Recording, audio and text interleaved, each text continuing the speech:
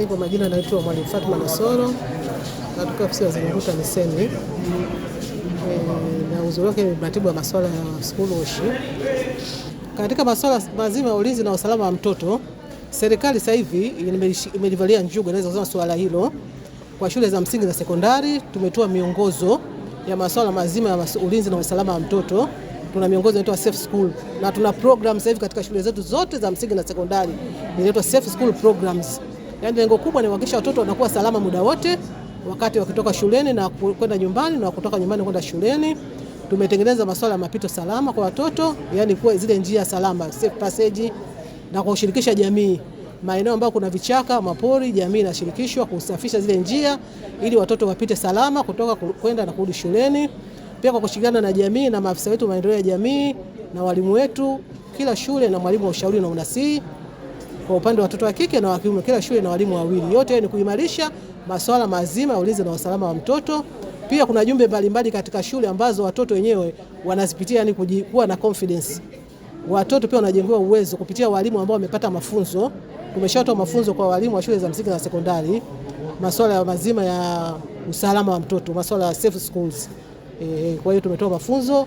Kwa hiyo pia walimu wanatoa mafunzo kwa watoto jinsi gani kutambua mazingira hatarishi na pia kutambua pia watu ambao viashiria vya hatarishi, aidha kwa watu ambao wanawapa maneno hatarishi au viashiria hatarishi vyovyote, aidha barabarani au maeneo yoyote, hata shuleni. Kama kuna viashiria hatarishi, aripoti kwa nani na kwa haraka wa kesi gani. Kwa watoto wamepewa mafunzo, na si watoto tu, mpaka baadhi ya watendaji wa kata, viongozi wa kwenye kata wamepata mafunzo, wenye viti wa bodi na kamati za shule wamepata mafunzo. Yote ili kuhakikisha mtoto anakuwa salama muda wote akiwa shuleni hata akiwa nyumbani. Sasa pia wazazi pia wamepata mafunzo. Naitwa Kisa Benard Kabuje. Ninafanya kazi katika Wizara ya Elimu, Sayansi na Teknolojia kama afisa mdhibiti ubora wa shule kutoka Manispaa Ilemela, Mwanza. Katika utafiti utatuzi nimekuwa kama mwezeshaji wa kitaifa ambaye tulikuwa tumekwenda kukutana Kigoma, kwa maana ya kwamba tuweze kuziwezesha hizi halmashauri zetu katika masuala mazima ya ujumuishi, ulinzi na usalama wa mtoto na ushirikishwaji wa jamii katika masuala mazima ya kushiriki katika maendeleo ya shule. Sisi kama uwezeshaji wa kitaifa tumefanya kazi ya kuzunguka katika halmashauri 4 ambazo ni halmashauri za mfano tulizokuwa tunazitegemea, ambayo ni Kasulu iliyopo Kigoma, Sumbawanga iliyopo mkoa wa Rukwa, Butiama iliyopo mkoa wa Mara na Pwani. Kwa katika utafiti tulichokibaini baada ya kushirikisha wale wadau, tulichokibaini ni kwamba kwa kweli masuala ya mila, tamaduni na desturi yana athari kubwa sana tunapokuwa hatuyashirikishi katika kushughulikia masuala ya ulinzi na usalama wa mtoto. Mathalan, tumekuwa na wale viongozi wa mila katika utafiti wetu, tulienda kukaa nao, tulikutana na machifu, tulikutana na viongozi wa dini, tulikutana na wanajamii wenyewe, tukakutana na wale ngazi za shule. Katika kukutana nao, kwa kweli tulijifunza mambo mengi. Kwa mfano, tulienda Sumbawanga mathalan. Tukafika pale tulipokaa na machifu, wakasema wao utaratibu wao wa kushughulikia usalama wa mtoto upo kwa njia ya asili, ambapo mtu anayetaka kutempa na mwanafunzi kumfanyia chochote, wao wanamuingiza kwenye rada zao, wanamuonya kabla hawajamshughulikia, hawajamwadhibu kimila, wanamuonya kwanza. Akiwa hawezi kusikia, basi wana namna yao ya kuadhibu wale watu. Kwa kufanya hivyo, jamii imejikuta ina nidhamu ya kuheshimu watoto. Kwa majina naitwa Vivian Nko, ni mwalimu mkuu shule ya msingi Muungano iliyopo wilaya ya Kibadi C, mkoa wa Pwani.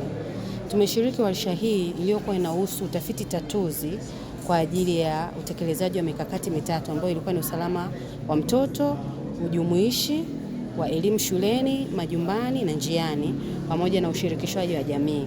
Kwenye mwongozo wa mwaka 2023 ni kama vile ulitupa muda mdogo wa kuanzia Januari mpaka Machi 31.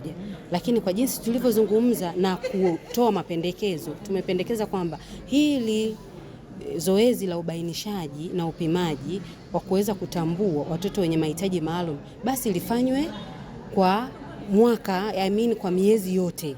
Kwa miezi yote kumaanisha nini? Kwamba mtoto anaweza asibainishwe akiwa katika ngazi ya chini, awali na darasa la kwanza, akaja akabainishwa akiwa darasa la 6 au la 7. Kwa hiyo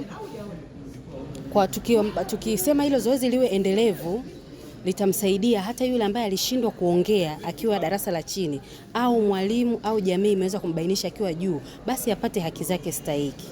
Kwa maendeleo ya sekta ya utalii na huduma za hoteli nchini, Parrot Hotel iliyopo Kaloleni katikati ya jiji la Arusha ni fahari ya Tanzania. Ina bwawa la kisasa la kuogelea na kupumzika kwa watu wa rika zote, mapokezi yenye ubora.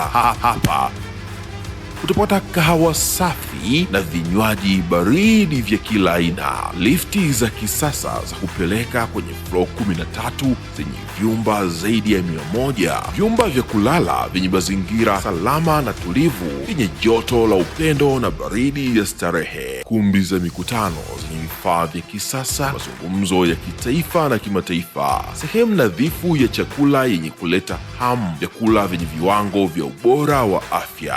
Baada ya uchovu wa kutwa nzima, kuna baa ya kipekee kwa jioni yako ya kukumbukwa. Karibu Parrot Hotel kuonja ladha mpya ya maisha.